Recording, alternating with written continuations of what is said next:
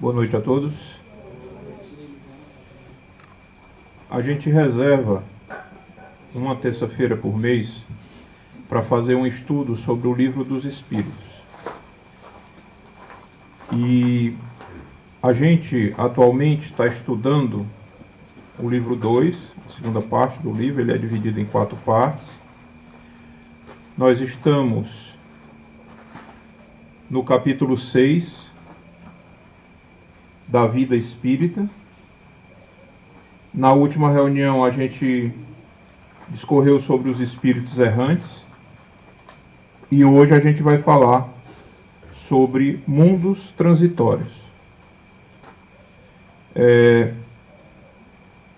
Inicialmente a gente precisa resgatar um conceito básico do espiritismo, que é a crença de que não é apenas a Terra no universo que é um planeta habitado, né?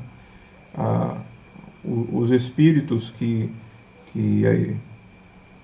orientaram Kardec na codificação espírita informaram que existem diversos outros planetas que recebem espíritos, né? E alguns desses planetas têm uma característica diferente por ter uma natureza transitória, né? São planetas em que os espíritos são dirigidos para que passem um determinado período, né? Seja se preparando para uma nova encarnação, seja se refazendo de um período muito longo de erraticidade, né? E são esse tipo de planeta que a gente vai tentar esclarecer hoje com essas perguntas que a gente vai estudar, né? A primeira pergunta, Kardec direciona aos espíritos é: há de fato, como já foi dito, mundos que servem de estações e de pontos de repouso aos espíritos errantes? Sim, há muitos particularmente destinados aos seres errantes. Mundos que lhes podem servir de habitação temporária, espécies de bivacs, de campos onde descansem de uma demasiada longa erraticidade. Estado este sempre um tanto penoso. São, entre os outros mundos, posições intermediárias, graduadas de acordo com a natureza dos espíritos a que elas podem ter acesso e onde eles gozam de maior ou menor bem-estar. Vejam que na resposta dos espíritos, eles trazem, mais uma vez, um conceito que a gente já viu também em capítulos anteriores, da questão da associação entre o nível do planeta com o nível dos espíritos que nele habitam, né? E notem que aqui ele dá uma característica para esse tipo de planeta como sendo uma habitação temporária, né? Os espíritos que são deslocados para esses tipos de planetas, eles estão passando ali um período, normalmente um período de preparação, um período de adaptação para novas experiências, sejam num processo de migração para planos mais evoluídos, ou muitas vezes ao serem degradados, digamos, de planetas que estão evoluindo e eles não acompanham o processo, né? Muitas vezes, temporariamente, eles têm que ser deslocados para esse tipo de mundos transitórios para se preparar para essas novas situações.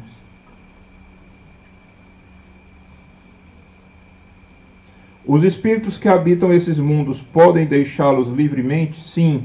Os espíritos que se encontram nesses mundos podem deixá-los a fim de irem para onde devam ir. Figurai-os como bandos de aves que pousam numa ilha para aí aguardarem que lhes refaçam as forças a fim de seguirem seus destinos. Mais uma vez, a ideia de ser um momento temporário, né? É um período de transição onde esses planetas são utilizados para essa finalidade.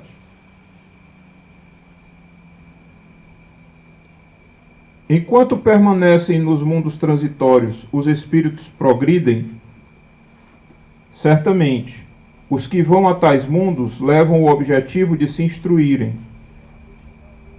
e de poderem mais facilmente obter permissão para passar a outros lugares melhores e chegar à posição que os eleitos atingem.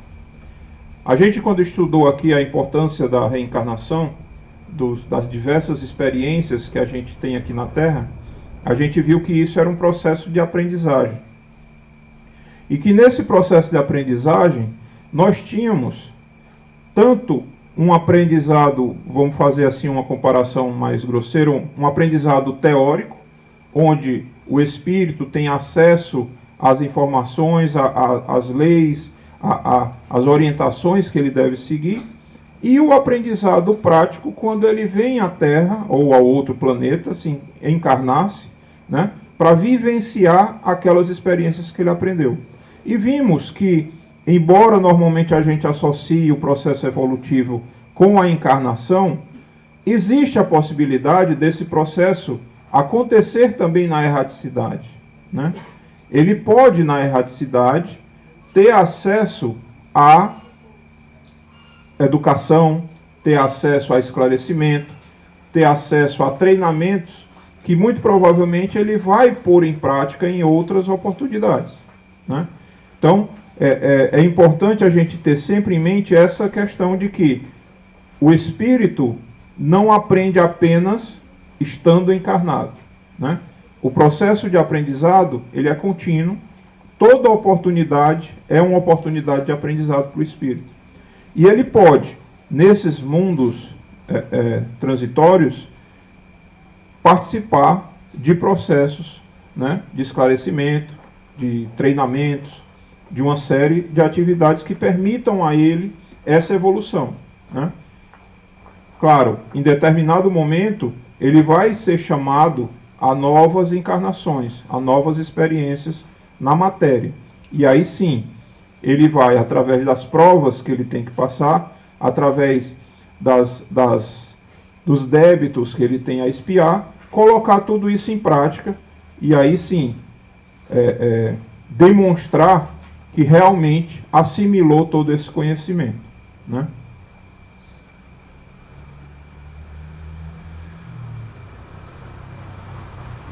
Pela sua natureza especial, os mundos transitórios se conservam perpetuamente destinados aos espíritos errantes? Não. A condição deles é meramente temporária. E a gente também já viu isso aqui. Os mundos também possuem um processo evolutivo, né? Claro, esse processo evolutivo está associado aos espíritos que nele habitam. Mas um mundo desse tipo, um mundo transitório, ele também está passando por um processo, né? A gente vai ver mais na frente que ele pergunta se a Terra já foi também um mundo desse tipo. E a Terra, sim, no seu processo de criação, quando ainda não existia aqui a vida material, já existiam espíritos aqui alocados para fazer esse processo de transição, né? Esses mundos são ao mesmo tempo habitados por seres corpóreos?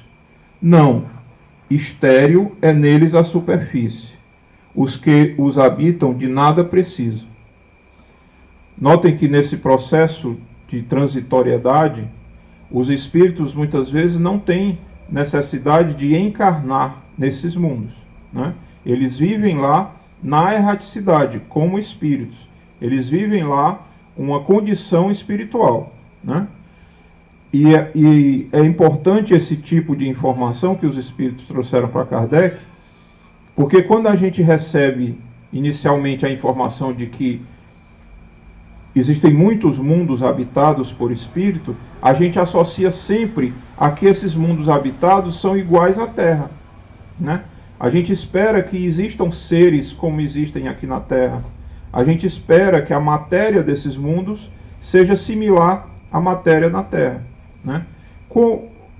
Como os espíritos demonstram aí nessas informações, a realidade desses planetas ela pode ser puramente espiritual, né?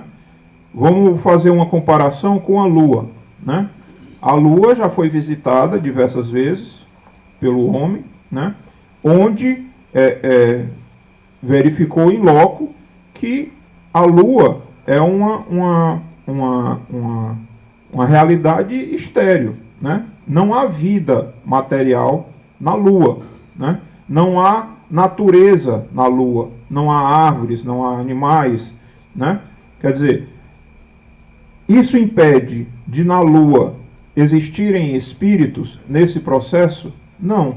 Ela pode funcionar como o que aqui está sendo colocado, como um mundo transitório, um mundo onde espíritos possam ser levados nesse processo de preparação para outras realidades, né?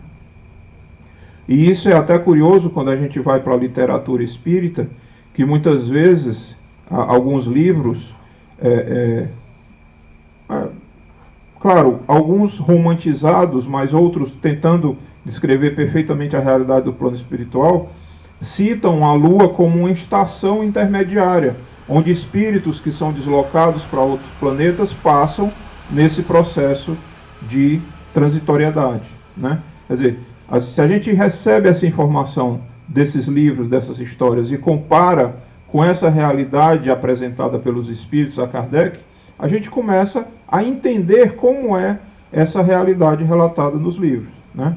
A questão é que muitas vezes a gente se debruça apenas na literatura espírita sem estudar digamos, a base de onde está toda a informação que sustenta essas ideias, e a gente muitas vezes trata como uma peça de pura ficção, né? Claro, pode haver romantização na história, até para ela ficar mais agradável à leitura. Isso é normal que exista. Mas existem ali por trás conceitos que têm embasamento e que a gente precisa, muitas vezes, parar e fazer uma análise mais calma e mais embasada das informações. Do mesmo jeito que informações absurdas, que às vezes são colocadas nesses livros, precisam também passar por esse crivo, né? A gente precisa estar sempre atento nesse estudo das obras fundamentais do Espiritismo, para que a gente não seja, muitas vezes, induzido a aceitar como verdade só pelo fato de estar em algum outro livro que se diga espírita, né? Isso é uma regra que a gente deveria assumir na doutrina, que é essa característica que Kardec tanto defendia, da gente ter uma visão crítica, né? Da gente, claro, ter contato com todo tipo de informação, mas buscar respaldar essas informações no ensinamento contido nas obras fundamentais. E aí eu esqueci de falar no começo, mas por favor, fiquem à vontade. Quem tiver alguma observação, comentário, dúvida, levanta a mão, que a gente até gosta desse tipo de coisa, porque deixa a nossa conversa um pouco mais dinâmica, ok?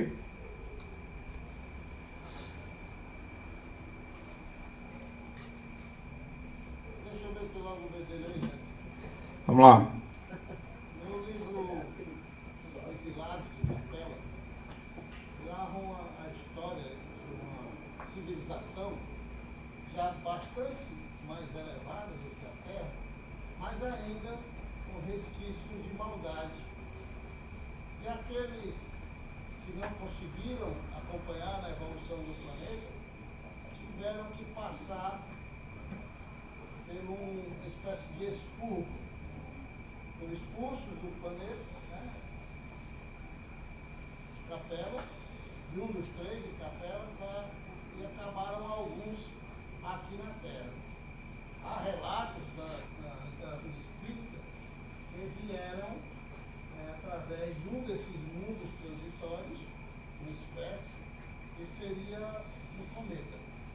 Agregados, né, a massa espiritual agregados a esse planeta.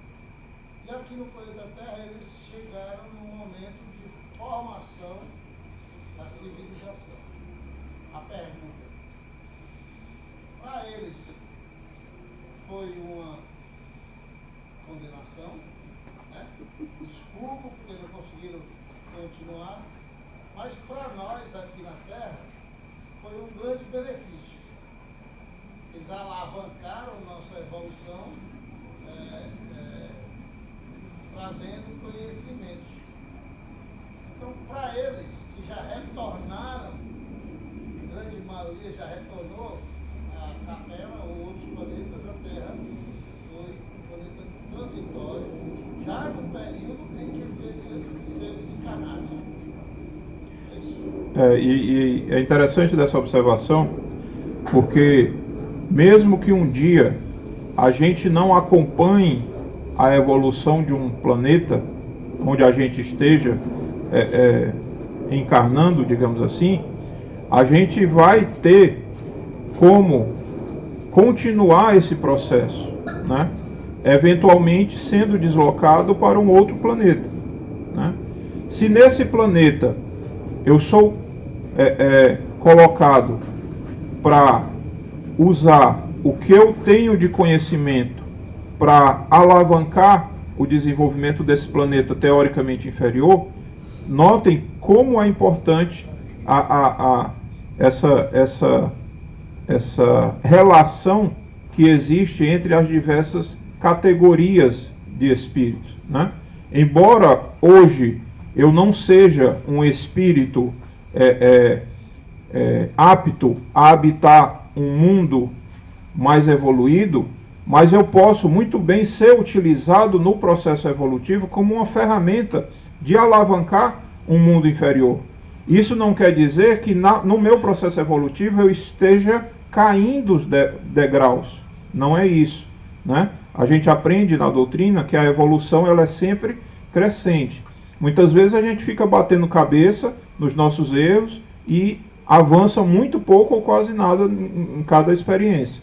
Mas a gente nunca retrograda, né? A gente nunca cai na nossa evolução. Eventualmente, um espírito como esses exemplos que o Tito citou do livro Exilados de Capela, eles não estavam mais aptos para seguir no processo evolutivo naquele planeta, porque o planeta foi evoluindo com a humanidade dele, né? Mas eles tiveram uma grande utilidade, levando aquele nível evolutivo que eles estavam para um planeta inferior, né? No planeta inferior, aqueles espíritos que no outro eram a camada mais baixa da evolução, nesse novo planeta ele é a camada mais alta, aquele que serve como exemplo, aquele que serve como vetor para puxar os demais, né? Em toda a sociedade a gente observa isso. Alguns exemplos a gente toma como ideais, né? Se a gente quer evoluir, se a gente quer melhorar, a gente mira em exemplos que servem para nos estimular nesse processo. Seja processo evolutivo acadêmico, seja espiritual, seja de qualquer sorte, né, profissional, a gente mira aquelas pessoas onde a gente quer chegar, digamos assim, né? Então, se eu estou na universidade, eu vou buscar quais são os professores que me mostram como sendo um exemplo de conhecimento para me guiar. Se eu estou no trabalho, eu vou buscar aqueles colegas que demonstram bom conhecimento e que demonstram uma boa capacidade de me transmitir aquilo. Quer dizer, em qualquer ambiente existem essas figuras. E esses espíritos, mesmo não estando aptos para prosseguir a sua evolução naquele planeta antigo, ele pode ter uma grande utilidade nesse grande arranjo universal para ajudar outros irmãos menos evoluídos, né? Um frequentador, trabalhador lá do Japão, Léo, o Gondim, que ele dizia uma frase que sintetizava isso brilhantemente. Ele dizia que aqueles que não conseguissem acompanhar a evolução do planeta Terra seriam promovidos a professores no mundo inferior à Terra. Exatamente tudo isso aí que você acabou de dizer. Exato.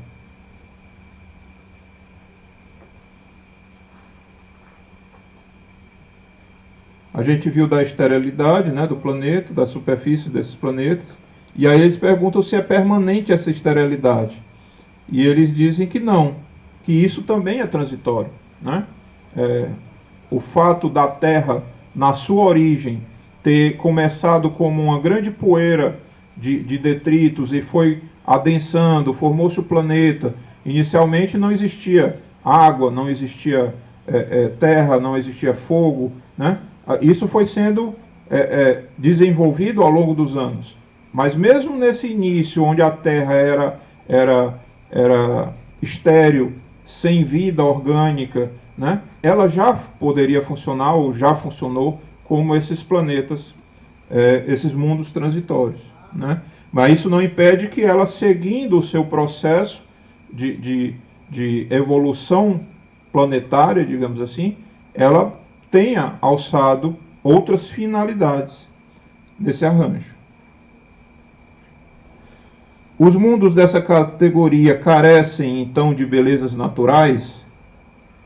A natureza reflete as belezas da imensidade, que não são menos admiráveis do que aquilo a que dás o nome de belezas naturais. Essa questão da beleza é interessante porque nós aqui na Terra, na nossa, dificuldade de alcance de visualização, a gente admira as coisas que estão a nosso alcance, né? A gente admira a natureza, a gente admira outros humanos como nós, né? Nesses outros planetas não há o material a ser admirado, né? A beleza é de outra ordem, né? Aí eu faço até vem logo à mente aqui uma comparação. Será que era que para aqueles astronautas que estavam lá na Lua, que recentemente completaram 50 anos do primeiro homem pisar a Lua, será que aquele astronauta, tendo a sua visão, aquele universo todo, vendo a Terra, aquele círculozinho, aquele globinho azul ali ao alcance da vista, ele sentia falta de beleza natural naquele ambiente? Certamente não. A beleza ali era outra, né? Era um outro nível de percepção. Para os espíritos, certamente, isso vai a níveis não alcançados aqui pela nossa realidade material, né?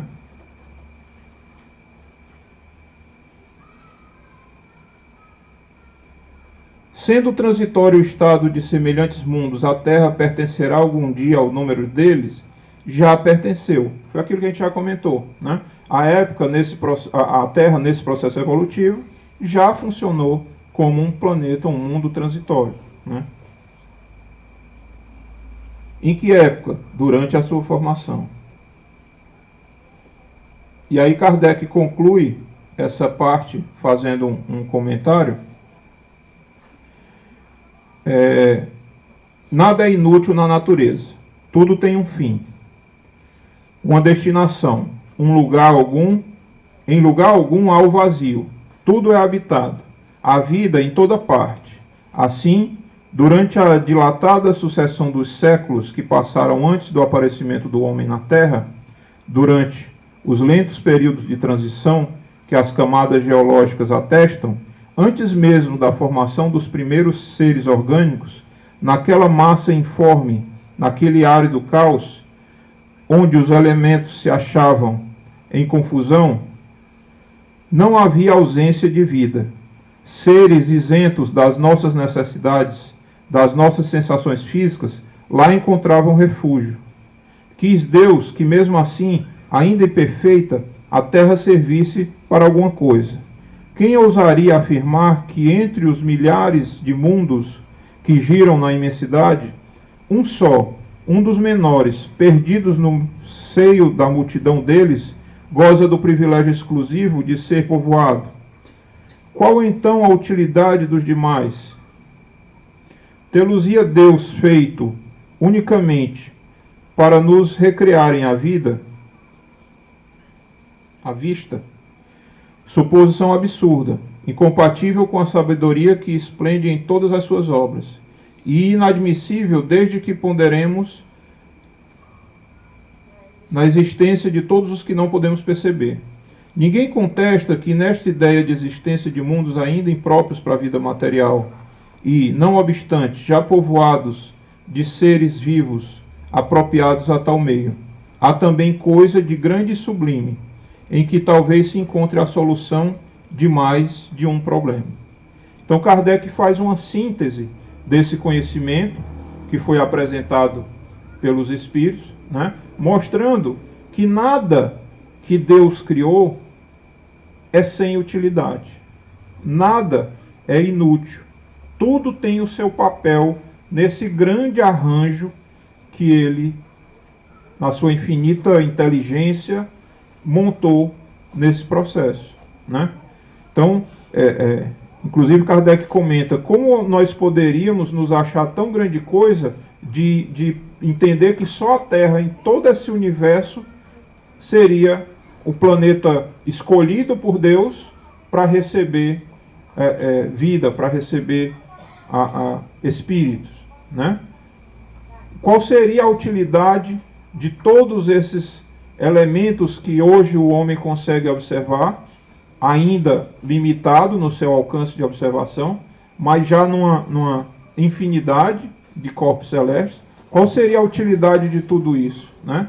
Qual seria o fim de criar toda essa estrutura, né?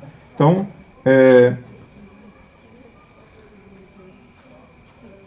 importante a gente trazer esses conceitos até para fortalecer o nosso entendimento de questões como hoje se discute ufologia, vida em outros planetas, como é que essa vida se organiza. Muitas vezes a gente se resume a imaginar aquele serzinho verdinho que a gente vê nos filmes, né, do marcianozinho típico do cinema, né? A gente não imagina a diversidade de padrões, de tipos que podem existir nessa imensidão, né? Alguém gostaria de fazer algum comentário?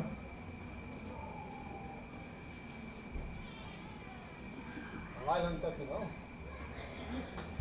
Me aposentei.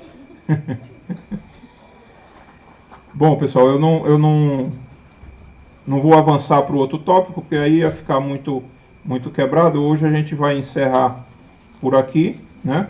Na próxima oportunidade a gente vai falar sobre percepções, sensações e sofrimentos dos espíritos, né? Então, convido vocês a ler em casa, quem tiver o livro dos espíritos, quem não tiver, pode falar com a gente que a gente resolve esse problema rapidinho, né? Convido vocês a ler tanto esse trecho que a gente comentou hoje, como os próximos, né? Para que a gente, quando voltar aqui no mês seguinte, para tratar desse outro item, a gente tenha uma interação, tenha uma discussão, porque isso engrandece demais, ok? Obrigado a todos pela atenção, desejo a todos uma boa noite. Pode falar uma coisa, aproveitando o gancho. Pessoal, assim, uma opinião minha, né? Uma coisa que eu uso pra mim. Toda vez que eu venho para o Evangelho, independente se for algo mais voltado ao estudo ou algo mais voltado à reflexão, eu sempre tento tomar isso para minha vida. Em que momento eu estou no que ele está falando? O que é que eu consigo entender em relação àquele conhecimento, adquirir para mim e conseguir pegar aquilo para tentar ficar um pouquinho melhor, sabe? É tipo assim, é a questão do melhoramento pessoal. É a gente tentar entender isso porque a gente tem que nos tornar pessoas melhores. E a gente só consegue fazer isso evoluindo de um planeta para o outro, ou de uma encarnação para outra, se a gente tentar se tornar pessoas melhores. Só tentar entender não é o suficiente. Nós temos que tentar entender e tentar nos tornar pessoas melhores a partir daquilo. Que a gente consiga pegar esse conhecimento e ver que isso é o que eu tenho que enfrentar daqui pra frente, é uma batalha minha pessoal. Uma coisa que o senhor falava muito: ninguém evolui ninguém. Todo mundo vai carregar, entre aspas, a sua cruz, a sua evolução. É dentro de casa, é no trabalho, é com o vizinho. Então é esse melhoramento pessoal que realmente importa para Jesus. Não Vale ressaltar isso, mas todos os conhecimentos são válidos, claro. Sem dúvida, isso é de suma importância. Se a gente não aproveitar todas essas oportunidades para nos transformar, a gente não está realmente colocando em prática nada do que a gente tem recebido de informação através do Espiritismo ou de qualquer outra orientação religiosa, né? Se essas orientações não nos transformam, elas não estão servindo para grandes coisas. Então é muito importante a observação da live. Bom, pessoal, então, encerrado, eu vou convidar vocês a fazer uma oração, né? Não sei se vocês notaram a ausência hoje da Dona Edni aqui. Ela está hospitalizada, está se recuperando de um problema de saúde. Está bem. Esperamos que em breve ela retorne. Mas eu queria convidar todos para, lembrando dela, a gente dedique essa oração a ela, pedindo a Jesus que acolha os nossos pedidos de saúde, de tranquilidade, de paz, e que ela em breve possa estar conosco aqui novamente. Amado Mestre Jesus, obrigado por mais essa oportunidade de estarmos aqui reunidos em Teu nome. Permite, Senhor, que todos esses conhecimentos que nos foram trazidos por Ti e pelos bons Espíritos que enviastes possam ser assimilados por nós e colocados em prática na nossa caminhada, no nosso cotidiano, desde as pequenas ações, pensamentos, intenções, sentimentos, que tudo possa estar imerso no Teu ensinamento de amor, no Teu ensinamento de perdão. Permite, Senhor, que tenhamos força para combater todas as dificuldades que nos serão apresentadas. Que sejamos capazes de cumprir todas as provas e expiações que estão nos reservadas, na certeza de um dia estarmos junto a Ti, gozando da felicidade verdadeira que Tu prometestes. Ilumina, Senhor, os nossos caminhos e nos protege, hoje e sempre. Que assim seja.